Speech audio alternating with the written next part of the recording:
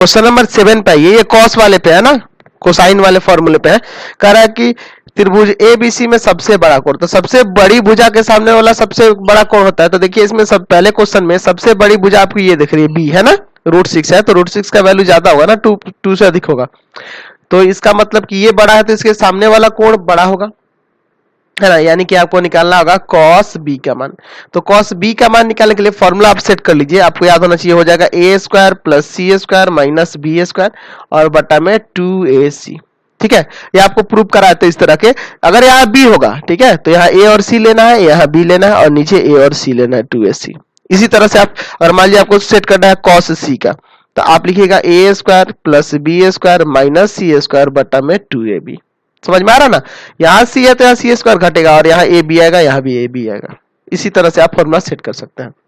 तो cos b बराबर आप a का वैल्यू लीजिए तो a का स्क्वायर यानी कि 2 का स्क्वायर प्लस c का स्क्वायर यानी √3 - 1 का स्क्वायर और माइनस b का स्क्वायर यानी कि √6 का स्क्वायर और बटा में 2 इंटू a के जगह पे 2 और c के जगह पे कितना होगा √3 - 1। क्लियर है इतना?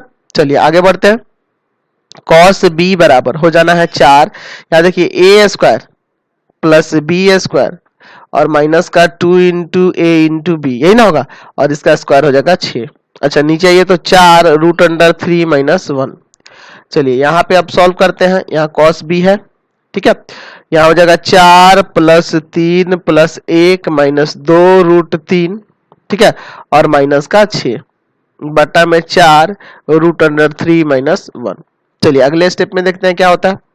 cos b बराबर देखिए माइनस का 2 √3 पहले लिखते हैं क्योंकि रूट वाला यहाँ नीचे पहले है। 4 3 7 1 8, 8 में से 6 गया, 2 बचेगा प्लस का और बटा में है 4 √3 - 1। ऊपर से कुछ कॉमन करना है क्या, -2, तो ये आ गया √3 - 1, इसीलिए पहले ही रूट वाले को लिख देता ताकि नीचे सेम आ जाए। √3 + -1, ये कट गया, ये कट गया, इससे ये काट दीजिए। चलिए तो -1/2 आ गया ना cos b बराबर, यहाँ से आ गया cos b बराबर -1/2। तो 1/2 माइनस में कितना डिग्री का हो जाएगा cos में।